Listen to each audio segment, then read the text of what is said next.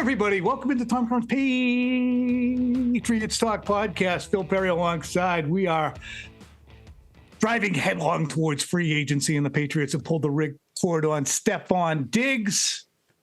The finances of it are very interesting. Phil will be in discuss that. More interesting, though, is the timing and what it signals. Patriots now are going to have a projected $55 million in cap space with free agency due to begin next week. And that's according to Over the Cap. $55 million puts them easily in the top 10.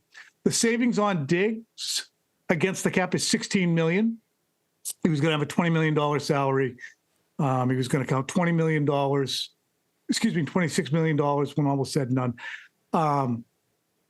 So now they're going to save $16 million, $9 million dead cap hit. All of that, great bookkeeping. The obvious question that now comes clear is, what's the plan? I mean, the Patriots are smart people. They're now extracting 80-plus catches and over 1,000 yards from their offense for a team that went to the Super Bowl and still has aspirations of building so that it becomes a perennial contender. They're not elite. They're trying to get there. They were trying to get to mediocre. They leapfrogged it. Now they're trying to get to elite and contender status. Someone's going to have to make up that difference, though. You can't walk in with a straight face and say, we're just going to do this. Better, younger, cheaper. Mike Vrabel said that is the mantra. So that's why they have said goodbye to Stefon Diggs, 33 years old, kind of expensive. So what are the avenues? Bringing in the Senator, Phil Perry. What do you think of the Diggs move? And then we'll dive into some of the options, your Alec Pierce's, A.J. Brown's, et cetera.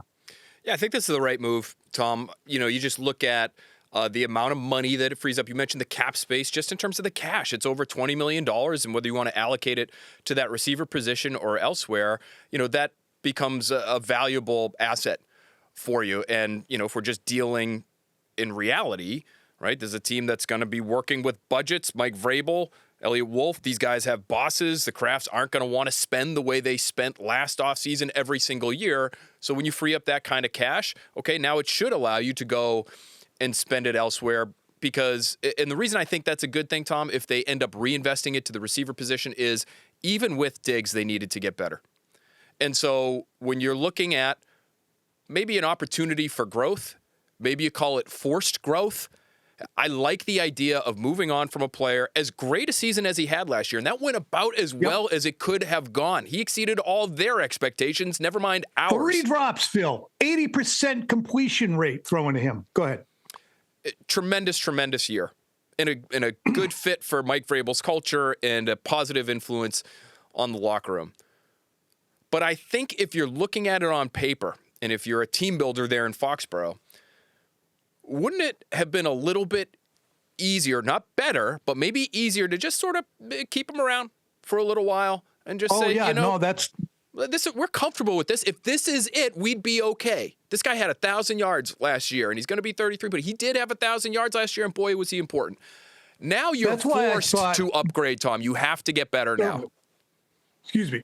That's why in talking about the Alec Pierce, A.J. Brown conversation, and there's other guys we can delve into as well, I kept saying the Patriots were in a good spot because they had bird in hand.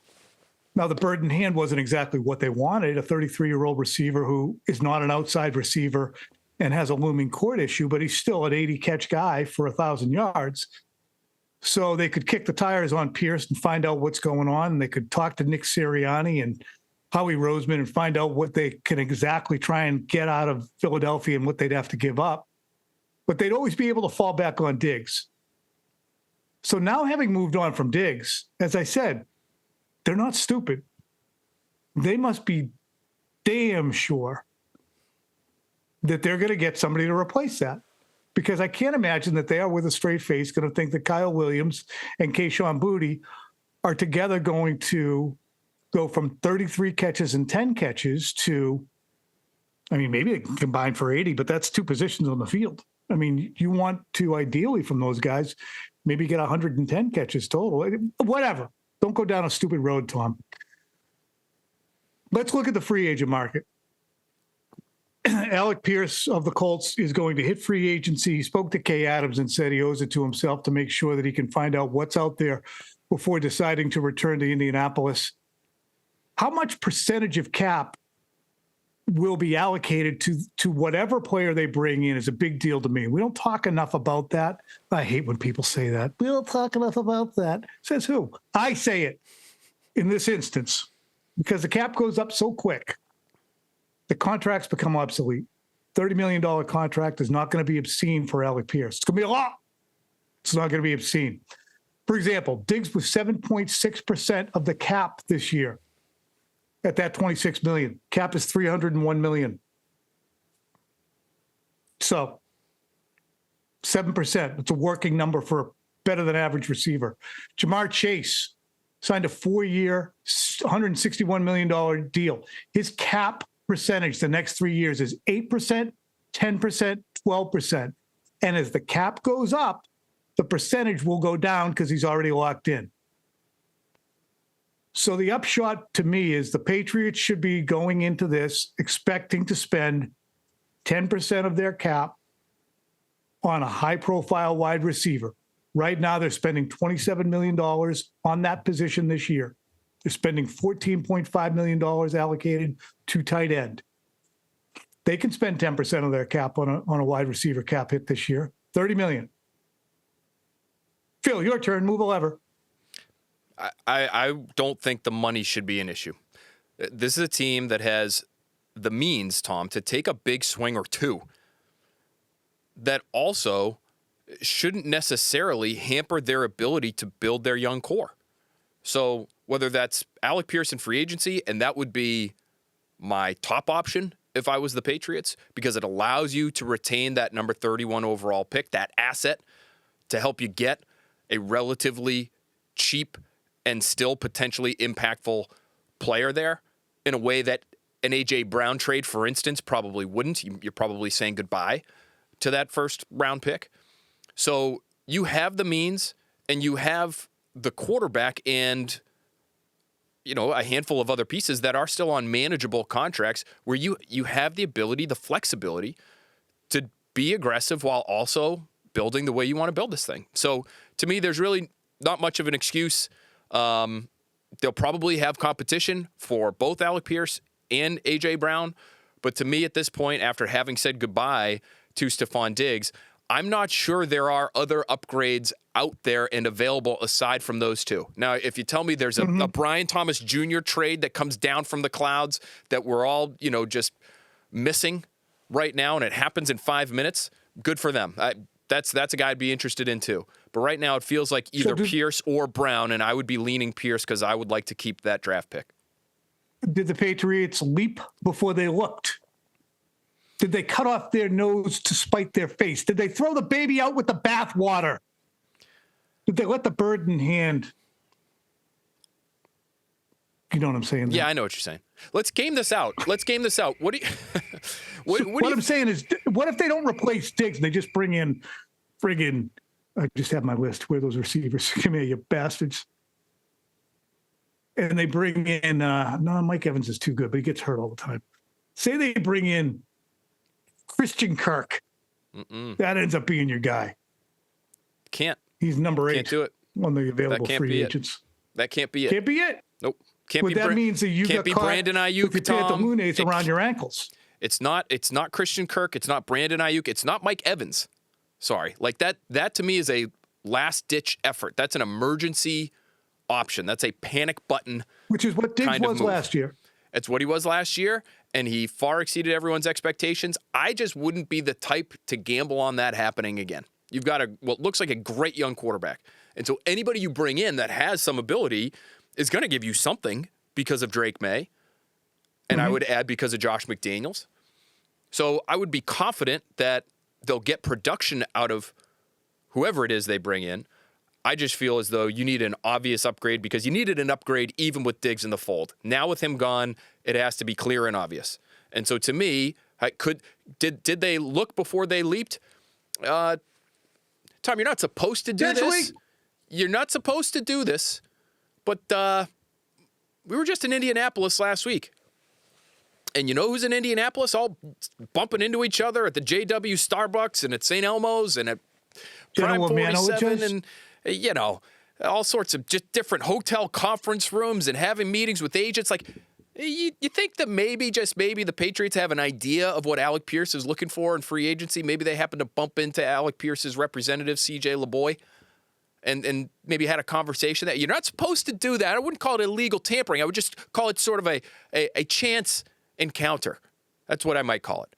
I think something like that could have, I think something like that could have happened. And so maybe they do have a decent idea that they've got a good shot at this guy. I think something happened today, right before we're recording this, that I think actually gives them a better shot of adding Alec Pierce. Yeah, which is, hit me up. We got a little breaking news on the wide receiver front, Phil. And it's interesting because, cutting to the chase, if the Patriots are fairly certain they're going to get either Alec Pierce or A.J. Brown, they set the stage for it, then maybe this move that Phil will unveil right now is a reactionary move on the part of an AFC East foe to cover their own ass.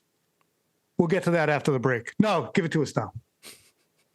DJ Moore is going to the Bills for a second-round pick, and the Bears are getting the second-round pick. They're actually giving a fifth with DJ Moore. So to me, that's still about a second-round value. Those 5th, 6th, and 7th, those aren't worth a ton when you're looking at the old Jimmy Johnson point chart, draft value chart, which teams do still look at apparently. So that, to me, is important for a couple reasons. Number one, I think it helps maybe set a value for A.J. Brown. If DJ Moore is worth a 2 and you were hoping to only part with a 2 for A.J. Brown, that ain't happening. A.J. Brown's the same age and he's better. Period, point blank. So it's probably going to cost you a 1 for A.J. Brown. Number 2, I think this actually is good for the Patriots in that it takes a receiver-needy team out of the mix for either Brown or Pierce. And so to your point, maybe the Bills, again, with all this very legal chance encounter conversation type of thing happening. You keep saying that. I want to pin you down. No, I'm just saying. No, I don't know anything. Okay. I'm just saying, okay.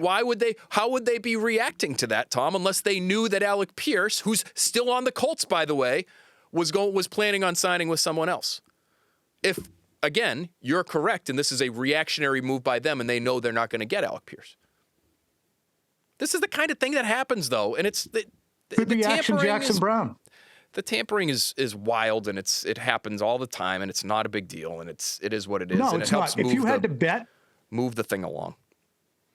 I know, yeah. Come on, keep the train running on time. Let's we're all adults here. Phil, who do you think is more likely to be on the Patriots next week, A.J. Brown or Alec Pierce? Shit. A.J. Brown probably not, because he's got that June 1st.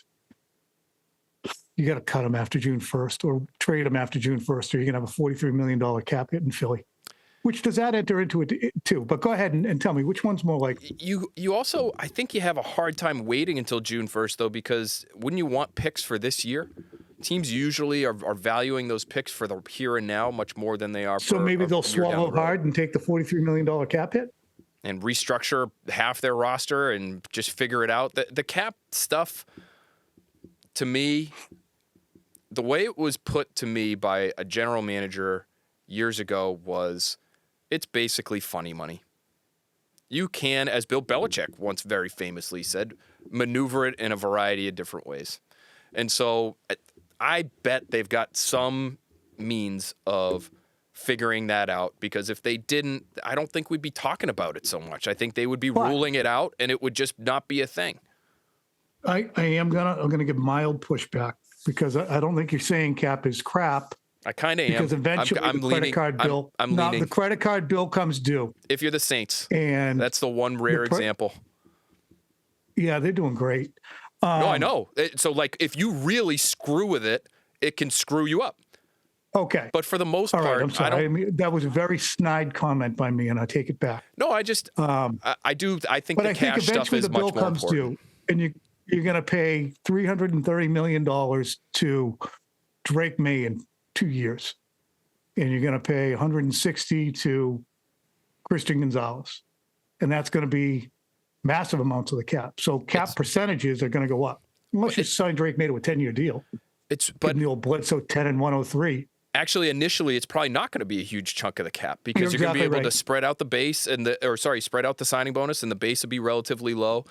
And Tom, there are too many instances of like what the Chiefs just did with Patrick Mahomes and just cleared Look at up Jamar Chase's $40 million in cap space or something, like just at the flick of a switch.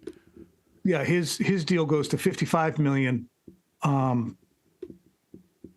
after the first 4 years that I mentioned, where it's percentage-wise. You can't tell what the percentage is because, well, there's a new CBA coming in. But additionally, there's probably all kinds of options to pick up later in the deal. So the $40 million a year. Anyway, I don't want to get too far into the business side. No, of things. I don't either. But I do think it's more. I think the cash to me is a significant thing here. And I spent half my week in Indy asking people about the Patriots spending this offseason because last year, for the first time, we heard from Robert Kraft basically say they're a cash to cap team. So whatever the cap is over a 3-year period, that's what he's willing to spend in cash. And after spending as much as he did last offseason, it doesn't leave them, if he holds true to that rule of thumb of his, it doesn't leave them a ton of room. But I think this is a relatively rare circumstance where you have the quarterback on still a cheap rookie contract. You're coming off a Super Bowl. He needs certain things, the quarterback does, in order to continue to succeed moving forward. And so I think you might be able to get a little loose with those rules that they've laid out for themselves. I just don't think they're going over the top. So that's why I say one big swing or two. Like, I think they could very easily give Alec Pierce $30 million a year. It probably means they're not going to, for example, sign Odafe Owe, who I think might be the most expensive edge rusher in the free agent market this year. Or, sign a Tyler Linderbaum. Max Crosby. Or trade for a Max Crosby. Right. Like, I don't see two massive ones like that. But I guess we'll see. Trey Hendrickson. How about him? That's probably a short term. Mack. Hendrickson, I don't hate. It's probably, I don't know. Could you get away giving him a 2-year deal? That's expensive. Again, it's probably a big payout initially. But short-term deal for a guy in his 30s, or how about even older guys like Khalil Mack, as you mentioned, or Jadeveon Clowney, or Joey Bosa? All those guys had pretty good years last year. I wouldn't hate a move like that to give you some depth on the edge. It's actually a pretty deep position in free agency. So if you can get a Pierce, if you can get a Pierce and an edge guy, Jalen Phillips, who, again, maybe that's a short-term move because he's dealt with so many injuries over the course of his career. I like the idea of that. I am still struggling with your question as to which guy is more likely to be here. I'm going to lean Pierce for now, but Vrabel's love for Brown is very obvious, and it makes me think they're maybe going to try hard to get that done. Can the Patriots realistically expect to make up for Diggs, say 70 or 80% of his contribution with their own players? No, I don't think so. I think what you could do, and this is something somebody in the organization suggested to me, hey, if you get an Alec Pierce, for example, or even an A.J. Brown, you're not really replacing Diggs' role, right? His role is a slot guy. Those are outside guys. So what do? Like, Kyle Williams isn't an inside guy. Kayshon Boutte really hasn't been an inside guy. But one person suggested to me, Boutte could do it. He just hasn't, but he could because he's smart enough and he's got good hands and he works in contested situations. And so maybe that's a guy whose numbers you see tick up, even if the yards per catch come down. I don't see that kind of bump in production from the guys they already have in the building there. Do you? I see a tick up.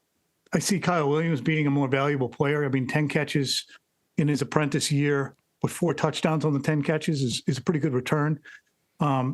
He should be a 45-catch guy in his second season if you're getting what you expect for what you put into him, I think. That would be Patriots. Great. That would be great for them. Sorry to interrupt. Because Boutte, where was Boutte last year? Boutte was 37 catches.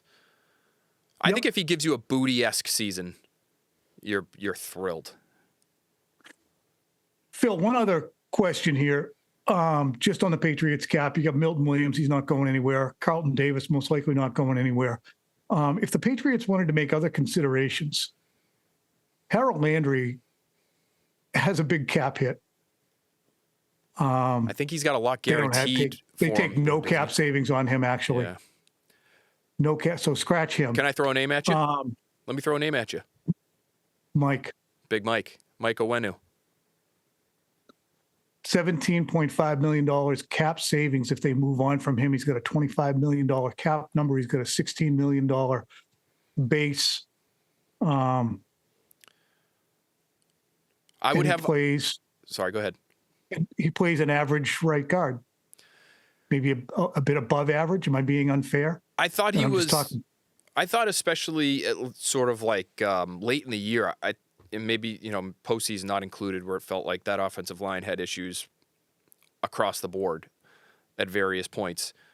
But I thought he was above average. And I would just say, like, I'm not saying they should do that. I'm just saying if they were looking for more in the couch cushions, like that might be the place to go, just because he plays a position that should be relatively easy to fix. You have a guy in Ben Brown that they just re-signed during the season last season, who's started a bunch of games, Tom, and I think is a pretty good player. They do still have Garrett Bradbury under contract if they want to keep him.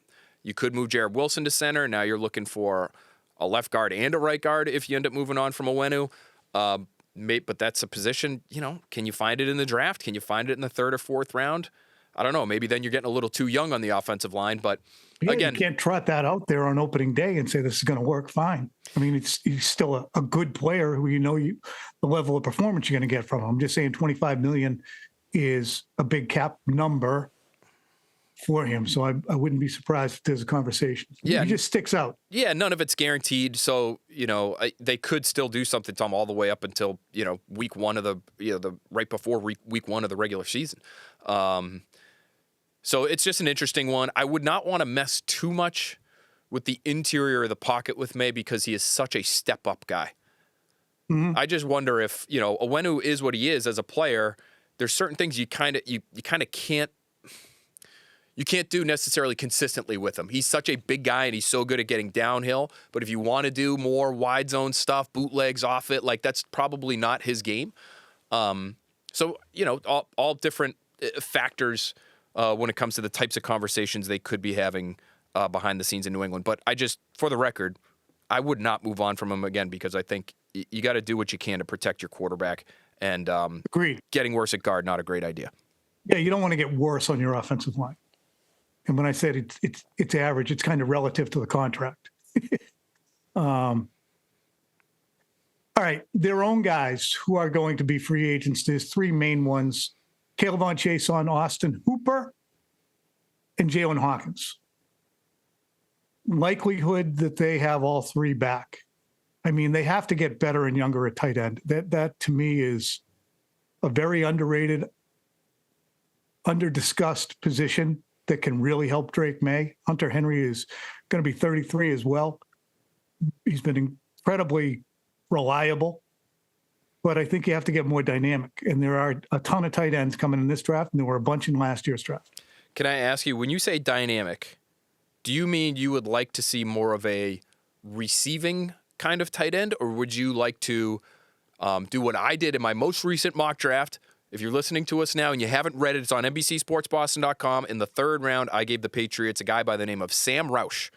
Oh, yeah. Who is 267 pounds and is going to block his face off. And can do enough. He's a very good athlete, tested as a great athlete. We get the sexy music on when I start talking about heights and weights and speeds at the Combine and the Underwear Olympics? Is that what we do? Jeremy? I know that's Jeremy. That's Jeremy back there. Of course. Okay. Puts Jeremy in a certain kind of mood. I understand that. Listen, I'm as big a draft guy as there is.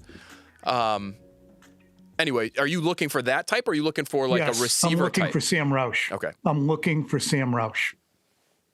And when I say dynamic, no, a 6'7", 265-pound tight end is not, Brock Bowers-esque. But or Kyle Pitts. That's your guy. Who's been franchised. But I think the Patriots look at their tight end situation and would probably prefer to see somebody who's a little bit of a rototiller in the blocking department as well, and can be a complementary target, more than complementary 30, 40 catch guy to complement the 60 that Henry gets. So that's another place that you can get pass catchers. If you're going to be a 2 tight end offense, and you're going to be a meat and potatoes, run the ball and let your quarterback make dynamic throws downfield, then you have to populate your roster with those types of things. And Sam Roush, to me, in my limited draft research, that's the word, that I've done so far, was the one who stood out to me as possibly being the biggest target who can do the most blocking and is a good athlete. Hawkins would seem to be somebody they're not going to want to let go, right? I would think so. It's an interesting position in free agency. It's another one that's, I think, relatively deep. Kobe Bryant from the Seahawks is like a starting caliber safety who's going to be out there. Cam Curl is a starting caliber safety who's going to be out there. There's a handful of them, Hawkins included. Hawkins might actually end up being among the most cost effective. So for a guy who we know already works well with Craig Woodson and understands the scheme and, good fit for the locker room, like that to me is a pretty sensible, I would think would be a relatively simple one to try to get him back because, the fit is great and I don't think it's going to cost you like an exorbitant amount. And how about Caleb Chase on 7.5 sacks last year, coming in on a 1-year deal after not being able to really live up to his first round status when he came into the league a few years ago. And now he's kind of found a home. Does he say, I want to stay here? I found a place that likes me and I like it. Or should he say, you know what, maybe I can leverage this? Because you can't blame him if he does. Oh, not at all. And I think he should. I wonder what his market will be because there is some depth at that position in this year's free agent class. So how long does he wait? Does he wait for the high end guys or the higher end guys? The Odafe Owehs, the Jalen Phillipses, the Trey Hendricksons. Does he wait for those guys to sign, and then he's got a better idea of what his market is, or does he just jump at the first what he thinks is a really good deal put in front of him because he doesn't want to wait and he doesn't want those chairs, those musical chairs to be filled, right? Yeah. So I don't know. I got the sense at the combine that people felt as though he was going to get more money somewhere else. But the Patriots are in a spot, Tom, where they're kind of desperate at that position. I mean, they do have Harold Landry, but he's been banged up. They have Elijah Ponder. They have Anthony Jennings. But I think they want more juice there, and they want somebody who's going to be able to beat a very good tackle consistently. And I'm not even sure that's what Chason was. Chason was good and fine for them. I think they might be looking for more at that spot. And so, maybe if they wait around too long and they can't get one of these higher end guys, maybe they end up coming back together. We will be back with you on Monday for a live pod. So we appreciate when you guys join us on that and fire off questions as we go. That's the tampering period will begin. And generally speaking, the tampering period means signings are announced that day. So it's going to be a busy weekend. I think for the New England Patriots, we'll be busy as well, keeping up on that. I also wanted to note this. The Patriots, I said, were Siberia last year. Are they Aruba now? You're a big Aruba guy. That's high praise coming from you. Huge Aruba guy. Like Aruba. Everybody loves Aruba. I've never been. It seems nice. You're going to love it. You're going to get there. You're going to love it. Just like walking around your hometown. I don't know. Are they Aruba? It's 83 degrees and windy. Are they Aruba or are they like Myrtle Beach? Jacksonville? Where? Myrtle Beach? It's a great comp. No. I think that they're closer to Aruba because they have a coach, they have a quarterback, they have money. I do wonder how that report card impacts players and whether other teams say, look where they ended up. Look at their plane. You want to fly on that thing? All right. We're going to put a cork in it. I have to go on WEEI. Phil and I will be on early edition tonight after the Quick Snap podcast airs at 6 o'clock. Those guys are doing a special one to get you ready for free agency. We hope we got you up to date on the Diggs stuff and a little bit of the free agency, and we'll be back with you on Monday for the live ball. Have a great weekend, everyone.